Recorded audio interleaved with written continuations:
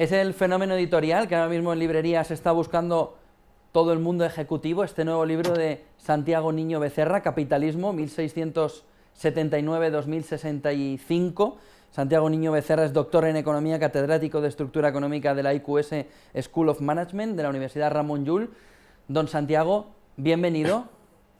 Bien, gracias. Gracias por estar aquí. Buenas tardes. Muchísimas gracias por atendernos. Yo creo que habría que empezar por la misma pregunta que en el libro se puede leer, que es si el capitalismo se cierra este momento, ¿qué forma va a tener la revolución que inicie ese fin del sistema capitalista?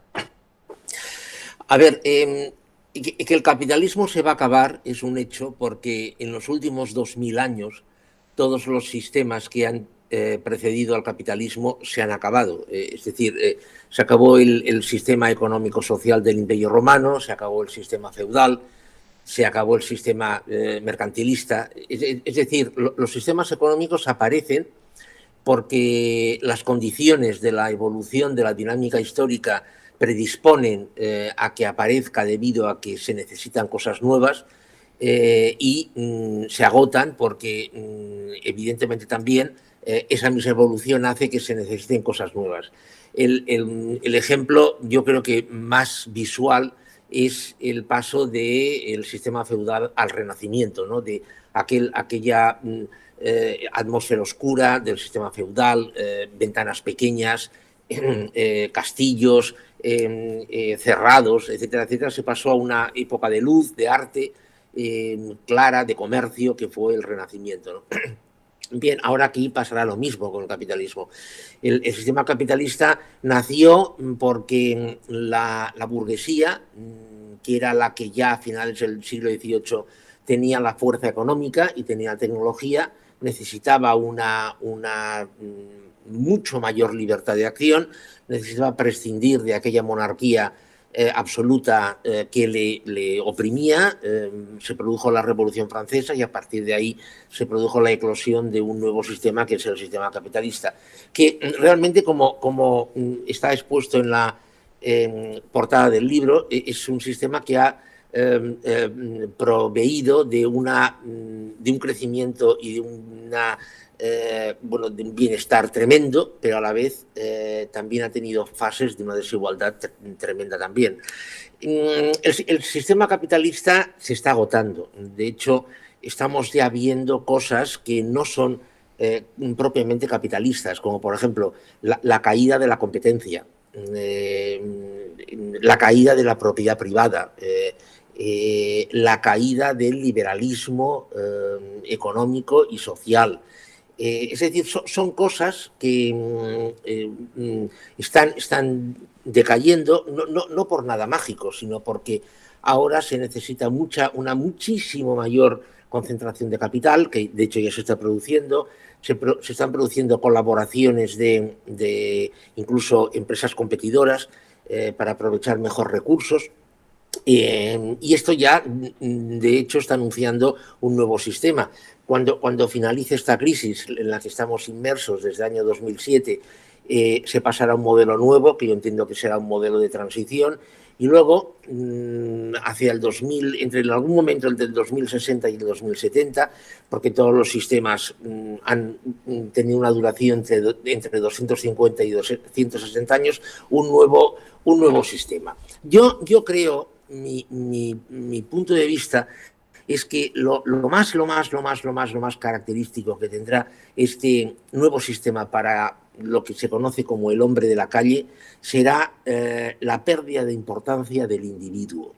Es decir, una de las características fundamentales que ha tenido el capitalismo ha sido la potenciación del individuo, de la persona individual, del carácter individual, de la cultura individual y la suma de a donde llegaba cada individuo, a donde pudiera llegar cada individuo, sea de un género o de otro, esto da lo mismo, se llegaba a una situación económica de crecimiento, se producía crecimiento. Yo creo que el cambio más importante de cara, digamos, visualmente, para la ciudadanía, va a ser la pérdida de importancia del individuo, y de hecho ya lo estamos viendo. El individuo como tal está perdiendo importancia y está ganando importancia el colectivo.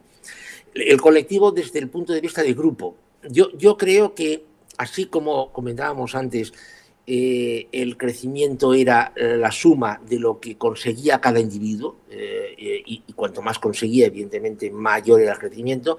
Yo creo que ahora el individuo será importante en función de lo que aporte al grupo. Porque el concepto de grupo entendido como gran corporación, gran empresa, gran concentración productiva, será, yo creo, la referencia. Esto tiene una importancia tremenda porque claro, esta característica de individualidad que ha sido propia de cada persona, y que iba asociada a otra serie de cosas como privacidad, etcétera, etcétera, perderá importancia. Y esto yo creo que se notará bastante. Lo que pasa es que, como comentaba, el cambio no se va a producir de hoy para mañana. Es decir, no es que hasta el 31 de diciembre del 2064 las cosas sean de una manera y a partir del 1 de enero del 2065 sean de otra. El cambio será progresivo, será gradual, y de hecho, insisto, creo que ya estamos empezando a ver cosas. ¿Esto explicaría también la situación de la crisis que empezó en 2007-2008 y que no ha conseguido recuperar, por ejemplo, tasas de empleo parecidas a las anteriores en países, por ejemplo, como España? Sí, a ver, una de las cosas que empiezan a pasar en los años 80, fíjese hasta dónde nos tenemos que ir, hasta la década de 1980, es algo que en su momento pasó bastante desapercibido, pero que con el tiempo se ha ido viendo cada vez más, con más fuerza. Hasta la década de 1980, la generación de Producto Interior Bruto y la ocupación de factor trabajo iban muy paralelas. Es verdad que la productividad ahorraba trabajo, por descontado, el aumento de productividad ahorraba trabajo, pero también es verdad que ese trabajo podía ser ocupado, encontraba ocupación en otros subsectores, en otros sectores, en otros países, en otras latitudes. Bien, a partir de los años 80 esto ya deja de ser así. Es decir, empieza a producirse un divorcio, una divergencia entre crecimiento económico, generación de Producto Interior Bruto y de factor trabajo. Y esta divergencia va a más. De hecho, a partir de cuando estalla la crisis del 2007, que es una crisis sistémica, una crisis de modelo, esto se aún pone más de manifiesto, ya que empieza a introducirse masivamente la tecnología productiva para precisamente obtener un ahorro de costes. Y aquí viene el cambio. Esta masa de trabajo, esta población activa desplazada, o bien no encuentra trabajo, o bien encuentra un trabajo a tiempo parcial, o bien encuentra un trabajo precario. Esto es nuevo, esto no había pasado anteriormente. Entonces, ¿qué es lo que sucede? Bueno, lo que sucede es que los salarios medios reales se estancan. De hecho, Estados Unidos tiene los salarios medios reales estancados prácticamente desde hace 30 años. Lo que pasa es que en Estados Unidos se produce una situación de subempleo, y las personas se van ocupando, o en subempleo o pluriempleadas. En España no. En España, debido al modelo que es intensivo en factor trabajo, pero que tiene una oferta de trabajo superior a la demanda, se producen situaciones de desempleo y o de subempleo.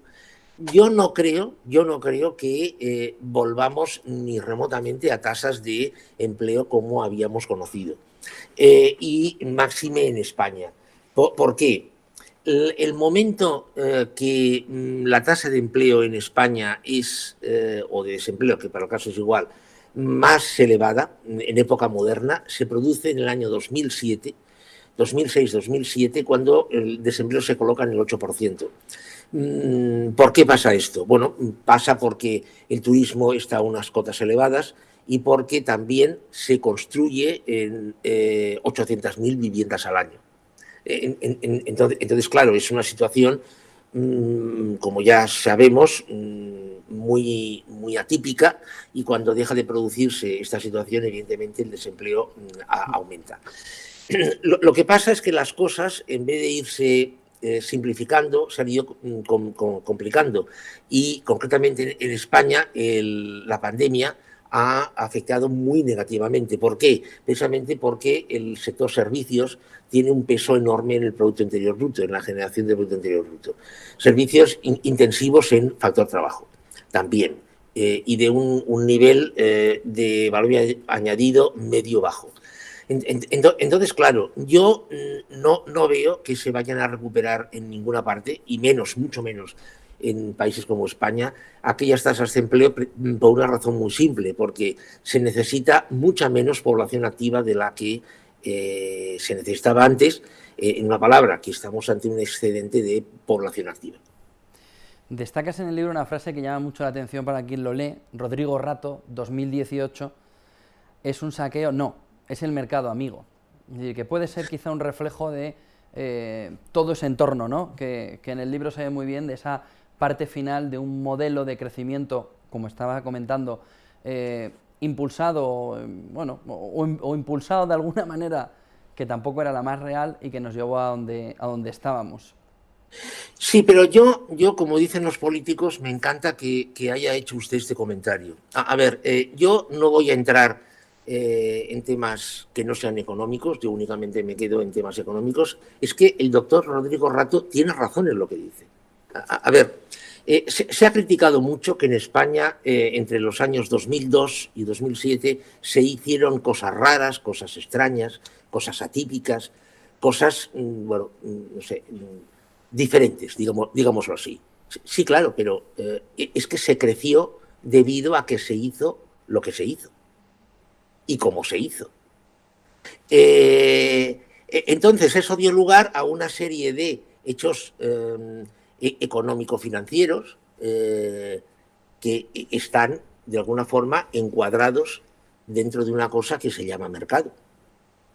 Entonces, yo, insisto, no entro en valoraciones ni morales, ni éticas, ni legales de lo que se pudo hacer en aquella época, pero el doctor Rodrigo Rato tiene razón.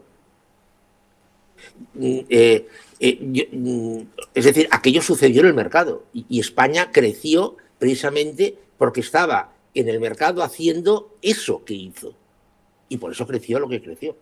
Es decir, que si ahora de alguna manera renegamos de aquello que se hizo, estamos renegando de aquel crecimiento que España tuvo. Y yo les recuerdo que un presidente del gobierno en aquella época dijo que España estaba jugando en la Champions League de las economías mundiales. Entonces, bueno, yo hago un punto y aparte. Yo creo que criticar la historia es muy peligroso, porque podemos criticar cosas, o más que criticar, digamos, valorar.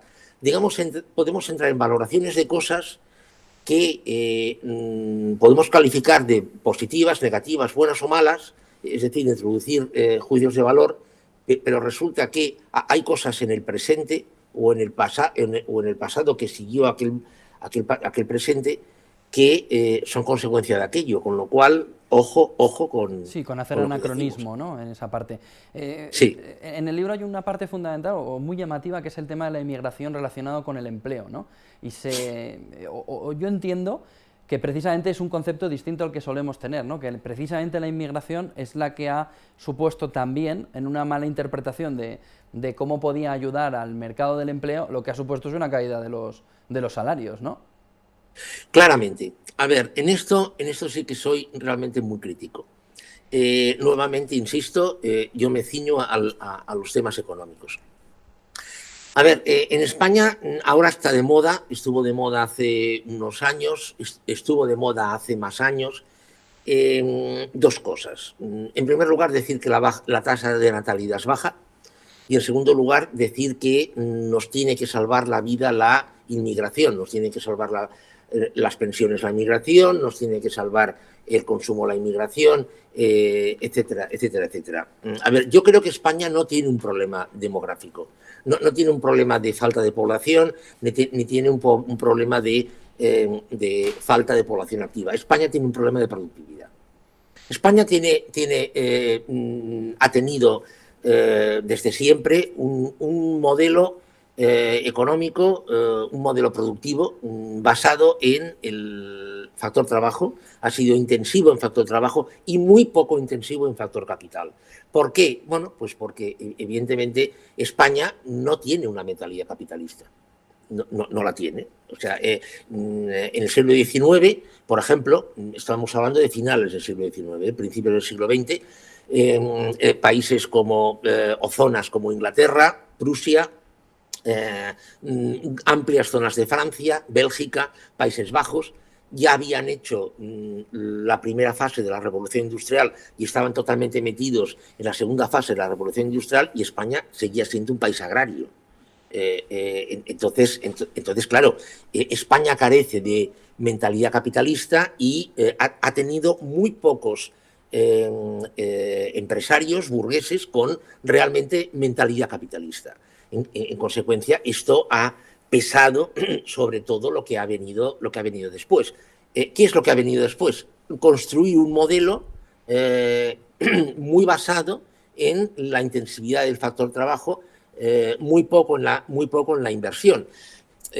No sé, ejemplos históricamente hay un montón. Usted piense que, por ejemplo, en el siglo XIX, los rendimientos que los terratenientes andaluces obtenían en sus campos los utilizaban para comprar deuda pública, no los utilizaban para mejorar manifiestamente la productividad de sus fincas. Esto te está indicando algo, o sea, esto te está indicando una mentalidad. Que lo puedo criticar o no, pero esto fue así, ¿no? Por otra parte, piense que el tractor como tal en el campo se introduce en España en los años 60, finales de los 50, principios de los 60, o sea, cuando desde mediados del siglo XIX hay tractores en el campo europeo, ¿no? y evidentemente estadounidense, ¿no? Entonces España siempre ha llevado un retraso. España encuentra, yo creo que se lo encuentra porque tampoco va a buscarlo, un turismo, empieza a llegar turismo a España, y en esto sí el empresario español, muchos empresarios españoles fueron muy listos y vieron que ahí había una fuente de negocio y empezaron a construir hoteles. Entonces esos hoteles, aquello iba solo, ¿no? Se construye el hotel, se llena de turistas, hoteles de 500 habitaciones o más, se llenan de turistas, se vacían de turistas, se vuelven a llenar de turistas, y España pues crece. Sí, España crece, evidentemente, crece porque aumenta el PIB, pero sin embargo es un PIB de baja calidad. Luego llega la burbuja inmobiliaria. Esos hoteles, muchos se construyeron con autóctonos, con españoles autóctonos, sobre todo en la primera época, andaluces, murcianos, extremeños. Hay una película muy buena que se titula La piel quemada, que recoge muy bien esa situación.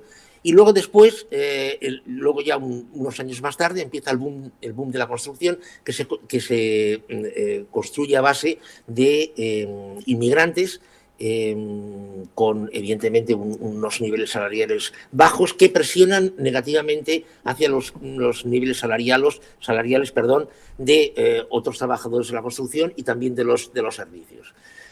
Claro, es verdad, es cierto que el empresariado tuvo un diferencial mayor al trabajar con ese factor trabajo de menor costo. Pero esto incidió negativamente primero en el I+D en España. No es casualidad que España tenga uno de los niveles de I+D más bajos de Europa. Y en segundo lugar, en la capacitación del factor trabajo español y evidentemente en su productividad. Entonces, claro, teniendo en cuenta que hoy, de cara al nuevo modelo, la productividad va a ser, ya ese, el elemento diferenciador. Claro, España lo tiene realmente muy crudo de cara al nuevo modelo y de cara al nuevo sistema. Y hay un elemento también fundamental que señalas en el libro, que es la desigualdad. Y decía que se parecía a la de los años 20 del siglo XX. ¿A qué se está debiendo? ¿Justo a estar en esta fase final del modelo? ¿O por qué se está produciendo este crecimiento de la desigualdad? Sí, la desigualdad es algo que irá más, se tomarán medidas, para reducirla, pero la desigualdad va a más, seguro, pero no es por nada ideológico, o sea, porque hay personas que piensan que es por un tema ideológico, no, en absoluto, es por un puro tema económico. Es decir, como cada vez la tecnología es más importante, lo es el capital, porque la tecnología en el fondo no es más que capital, cada vez hace falta más capital, se está produciendo una concentración de capital y al producirse una concentración de capital se está produciendo una concentración de riqueza y de renta. Entonces, esto podemos paliarlo, podemos paliarlo a base de una renta básica, podemos paliarlo a nivel de subsidios, podemos paliarlo como queramos. Pero fíjese lo que digo, paliarlo, eliminarlo es imposible. ¿Por qué? Porque de forma totalmente natural y evolutiva, el capitalismo tiende hacia el oligopolio. Entonces, cuando ya consiga alcanzar esa situación de oligopolio de una forma generalizada, evidentemente el sistema ya habrá muerto y habremos pasado a otra cosa. Mientras tanto, esta concentración de capital hará que la desigualdad crezca. Y no estoy pensando entre la desigualdad que puede existir entre Camerún y Suecia, que evidentemente es inmensa. No. Estoy hablando de la desigualdad que existirá, que ya existe y que existirá dentro de países y dentro de zonas, sobre todo de zonas, bolsas. Es decir, en el norte de Italia,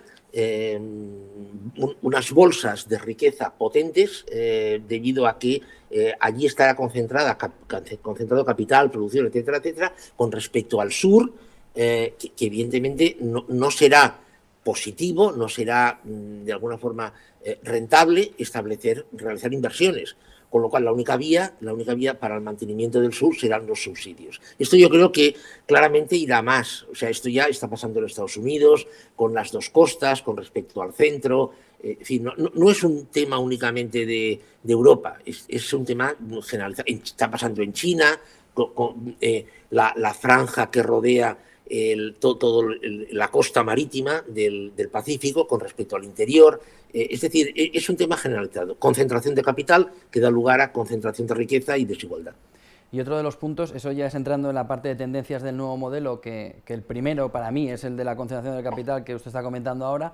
El otro punto que a mí me ha llamado mucho la atención de cómo será ese modelo de futuro es el que tiene que ver con los comercios de barrio, ¿no? Que según también datos de Foment del Treball dicen que podría reducirse hasta en un 80%, es decir, que gran parte de las compras, por no decir prácticamente todas, se harán de manera digital y el comercio más cercano pues lo tiene complicado, ¿no?, con esa previsión.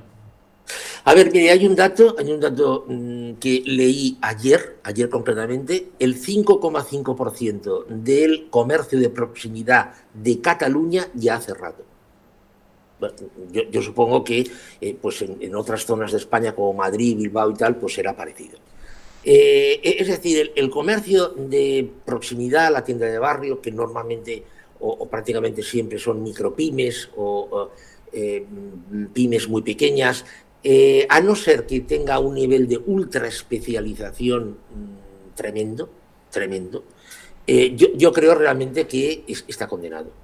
Hombre, que el 100% del comercio pase a llevarlo a cabo, a suministrarlo grandes plataformas, esto no lo sé, sinceramente, no me atrevería a decirlo. Pero que la mayoría del comercio, excepto casos muy concretos, va a desaparecer, no sé si el 80% o no, pero yo creo que sí, por varios factores. Mire, por casos muy concretos, usted piense en un artículo. Mire, me voy a poner de ejemplo. Yo hace unos días se me estropeó el SAI, un estabilizador de corriente que tengo en casa, porque donde yo vivo hay bastantes oscilaciones, entonces tengo un estabilizador para estabilizar la corriente. Bien, entonces yo tenía dos opciones, llamar a tiendas y, bueno, a ver qué me decían, o entrar en Amazon. Entré en Amazon. Bien, bueno, sin tener que buscar mucho, o sea, decir, nada, vaya poniendo allí en el cursor estabilizador de corriente, SAI, me salieron, pues yo qué sé, como igual 20 o 25. Le pregunté a mi hijo, que entiende mucho de esto, cuál era el que me sugería, me dijo lo compré y a los 3 días tenía en casa. Entonces, sin moverme de la silla. Entonces, vamos a analizar esto un poquito. Esta oferta, esta diversidad de oferta, es prácticamente imposible encontrar en un comercio de proximidad. Es imposible. En segundo lugar, esta facilidad de compra en un comercio de zona también prácticamente imposible. La rapidez de entrega, bueno, 3 días, pues ya me dirá usted. Claro, en un comercio de zona también la rapidez es inmediata, cuidado si lo tienen. Porque ahora, claro, ahora sucede otra cosa. Las tiendas, los comercios, tienen la mínima cantidad de stock posible, lo cual es muy lógico, porque los stocks hay que financiarlos. Pero claro, eso implica que tengas que esperarte. Es decir, es un cúmulo de cosas que yo creo que van a hacer que bueno, de hecho ya está sucediendo, ¿no?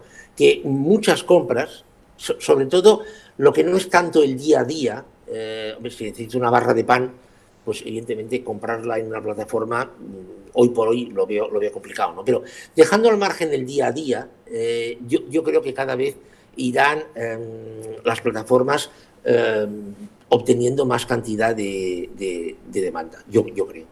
Y otro de los puntos, si quiere, para terminar, es el control poblacional. A mí me llama mucho la atención en el libro cómo esa va a ser una de las claves que vayan a marcar ese nuevo modelo, ¿no? El control poblacional y también la implantación generalizada de eutanasia, que va a ser, según usted dice en el libro, 2 características que tenga ese nuevo modelo, ¿no?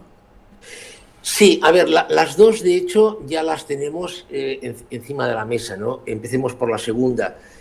Hoy en Países Bajos, en Bélgica, la eutanasia es legal. Es verdad que dentro de unos parámetros, pero la eutanasia es legal. De hecho, en Países Bajos se estaba estudiando el permitir la eutanasia, legalmente me refiero, simplemente a las personas que, bueno, por la razón que sea, quisieran dejar de existir. De hecho, en Países Bajos se hizo una encuesta hace relativamente poco tiempo, ahora como un año aproximadamente, en el que 55.000 personas sanas, sin ningún problema, recurrirían a la eutanasia en el caso de ser legal.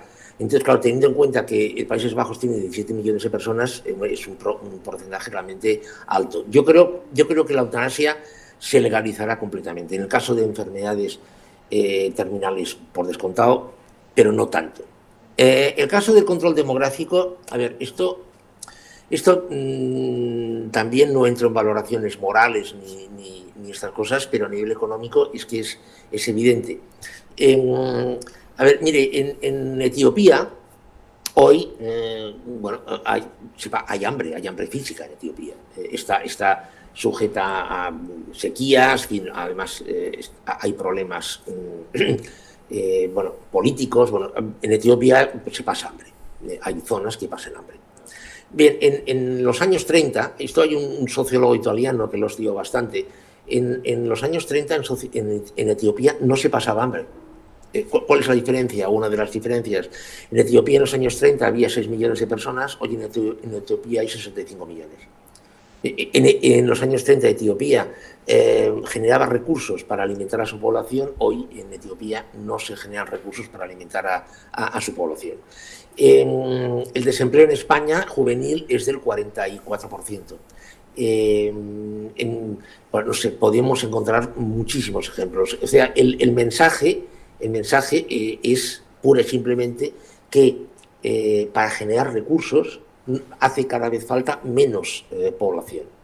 De hecho, Jeremy Rifkin estimó que en algún momento del siglo XXI, para generar el 100% del PIB del planeta, haría falta únicamente el 5% de la población mundial. Hoy, trasladándolo a la actualidad de hoy, estos serían menos de 400 millones de personas. Es verdad que se pueden poner en marcha, y yo estoy convencido que se pondrán en marcha, sistemas de renta básica, ayudas, rentas mínimas, en fin, llámelo como quiera, subsidios, Lo que pasa es que estos cálculos que se han hecho de que el planeta va a alcanzar los 12, 14 mil millones de personas, bueno, esto yo creo que es absolutamente imposible, pura y simplemente porque el planeta no sostendría esta población debido a los recursos que consumiría. Posiblemente esto no lo vamos a ver, posiblemente, o probablemente no lo vamos a ver, pero yo estoy convencido que en X tiempo habrá un control de crecimiento demográfico. Muchísimas gracias, don Santiago Niño Becerra, por pasar este rato con nosotros aquí en Negocios Televisión, y este libro que, como decía al principio, está todo el mundo mirándolo para desgranar cómo va a ser la próxima situación y cómo va a ser ese fin, para ver un poco la teoría de Santiago Niño Becerra sobre el fin del capitalismo. Gracias, don Santiago, y buena jornada. Gracias a ustedes igualmente. Buenas tardes. Buenas tardes.